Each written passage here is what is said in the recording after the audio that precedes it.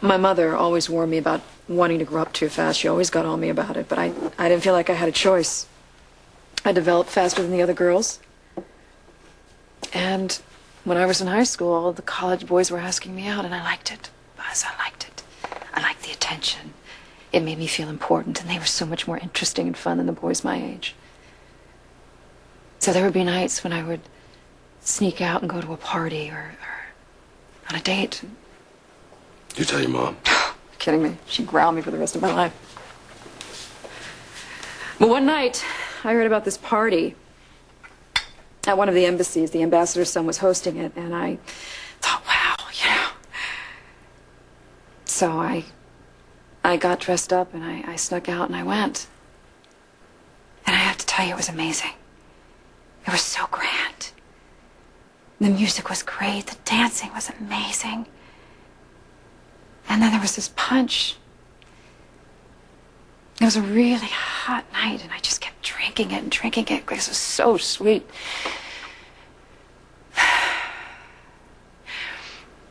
The booze hit me all at once. I was dancing with this guy. He seemed very nice. He was fun. He was not like the other stiffs at the party, and all of a sudden I felt like I was going to pass out. And I said to him, I just said, I want to lie down. And he said there were some bedrooms upstairs, that he'd show me the way. So he took my hand and led me upstairs and to this room at the end of this really long hall. And I got on the bed, and he lay down next to me. Oh, my God. He was sweet. He was sweet. The way he held me and stroked my hair. He told me everything was going to be okay. He told me I'd feel better soon. And he started kissing me, and I liked it. I liked it.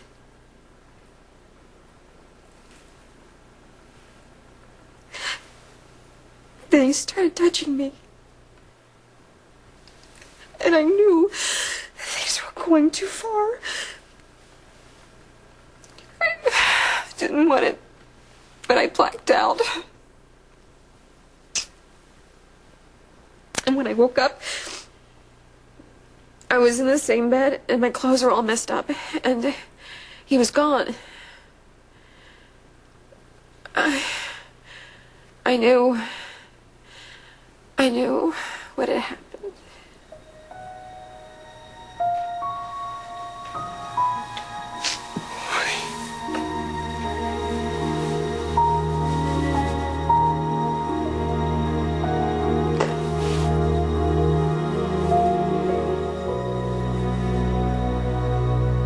So when you woke up, you were alone? He was gone? There was some guy in a suit throwing my purse in my face. I guess they figured out I was only 16. They let me leave through the back door, stuck me in a car and drove me home, practically shoving me out of it while the car was still in motion. That's how eager they were to get rid of me. Well, what did you do? Call the police? No. I was too ashamed. I mean, I shouldn't have been drinking. I shouldn't have been at that party. He doesn't give them the right to do anything to you. I know, but I was 16 and I was scared, and I didn't even know the name of the guy. And when I found out I was pregnant, the shame just got that much bigger. I mean, the thought of telling my mother. Then I got myself together. I got myself together and I got angry, Buzz. And I went back to the embassy because I wanted to tell them there was no way I was going to face the situation alone. And what happened?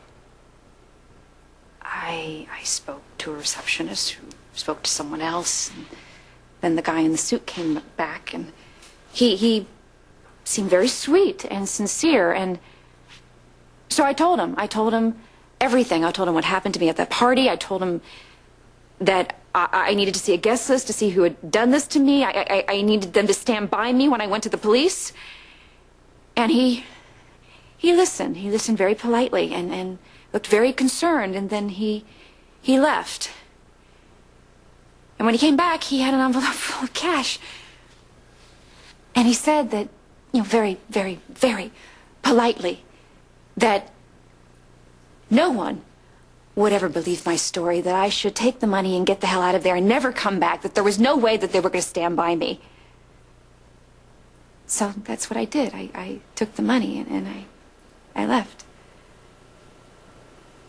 And then I went home and I finally got up the nerve to tell my mother what happened, because she's my mother and she's going to defend me and protect me. And all she could say to me was, "I told you. I warned you." I told her I wanted an abortion. But she said, no. You'll carry this child to term and you'll give it away and there'll be no debate. This is the fight you told me about when Just she had the stroke? One minute you're yelling at someone and the next they're dead because of you. And I laid in bed for days, weeks, and at that point it was too late to terminate the pregnancy. I was stuck. I was stuck with this thing growing inside of me that I resented and hated.